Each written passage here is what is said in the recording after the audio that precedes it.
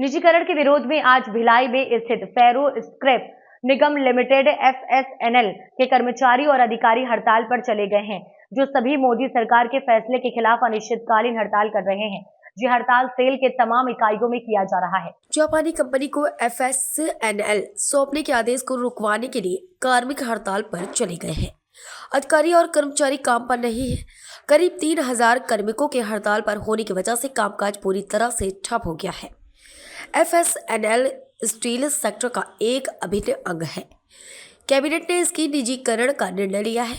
FSNL union president Arun Singh Sisodia ने बताया कि करीब 3000 करोड़ से अधिक की राष्ट्रीय संपत्ति को बहुत ही कम कीमत में जापान की एक निजी पार्टी को सौंपा जा रहा है। FSNL को बिक्री सूची में शामिल किए जाने के बाद से हम इसके निजीकरण और विनिवेश के खिलाफ लगातार संघर्ष हो रहा है। कैबिनेट के FSNL के निजीकरण के फैसले के खिलाफ इस्पात उद्योग के हर कोने में अभियान चलाया जा रहा है। इसी के तहत आज भिलाई में स्थित फेरो स्क्रैप निगम लिमिटेड कार्यालय के सामने संयुक्त रूप से विरोध प्रदर्शन हो रहा। FSNL के कर्मचारियों का कहना है कि निजीकरण का हम विरोध कर रहे हैं।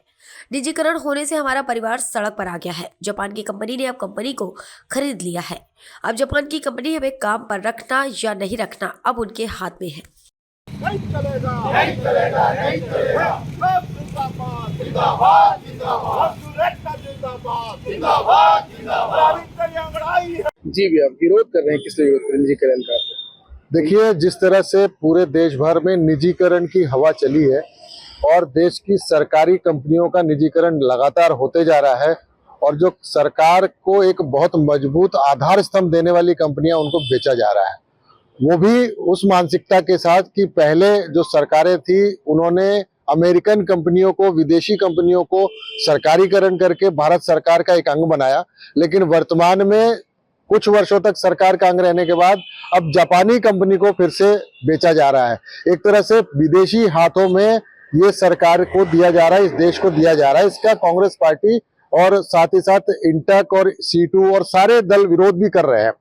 हमारी ये मांग है कि फेरो स्क्रैप निगम लिमिटेड जो वर्तमान में भारत सरकार का उपक्रम था, जिसे जापानी कंपनी को बहुत ही सस्ते दामों में बेच दिया गया है, तो हमारी जो मांग है असली कि इसका निजीकरण नहीं होना चाहिए, क्योंकि ये लाभ देने वाली कंपनी है और जब से 1979 से बनी है सिर्फ और सिर्फ इसने लाभ देने का काम किया है।